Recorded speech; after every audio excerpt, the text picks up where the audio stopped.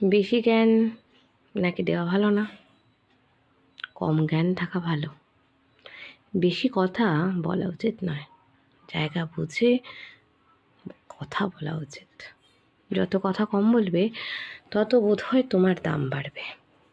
কথায় কথা বাড়ে, সমস্যাও বাড়ে। তাই বেশিরভাগ ক্ষেত্রে সত্যি চুপ থাকাটা অনেক প্রযোজ্য। তাতে নিজের গুণগত মানও বাড়ে এবং নিজেকে ঠিকঠাক রাখা যায়, মন শান্ত রাখা যায়। তোমাকে উত্তেজনাপূর্বক উত্তেজিত করতে চাইবে কিছু কিছু মানুষ, তাদের স্বভাববশত।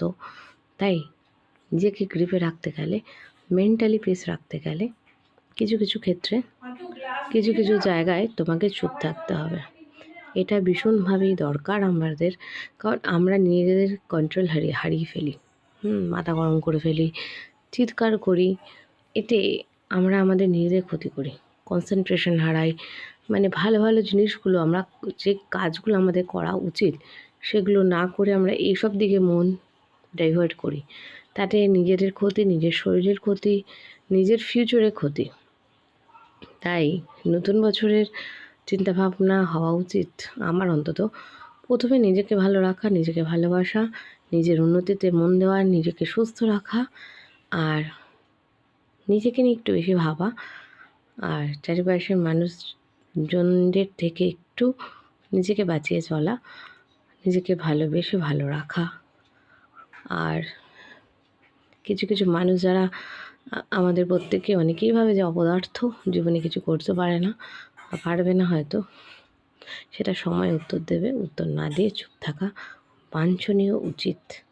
এবং অনেকেই কথায় কথায় বলে থাকে নানান কথা, যেগুলো অনৈতিক,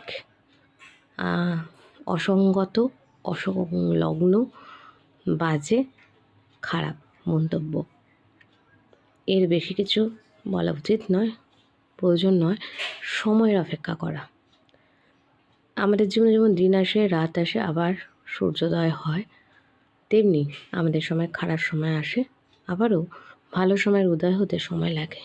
তাই নিজেকে স্থিত করা, নিজেকে চুপ করে সেখান থেকে জাম্প করা, সময় হাতে নিয়ে নিজেকে ধাতস্থ করা, নিজের ভালো লাগা, ভালোগুলোকে প্রাধান্য দেওয়া, ব্যাস এগুলোই।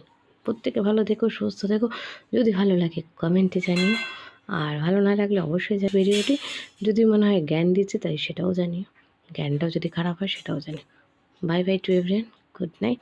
প্রত্যেকে ভালো থাকো, বড়দিন ভালো কাটুক, নতুন বছর ভালো কাটুক।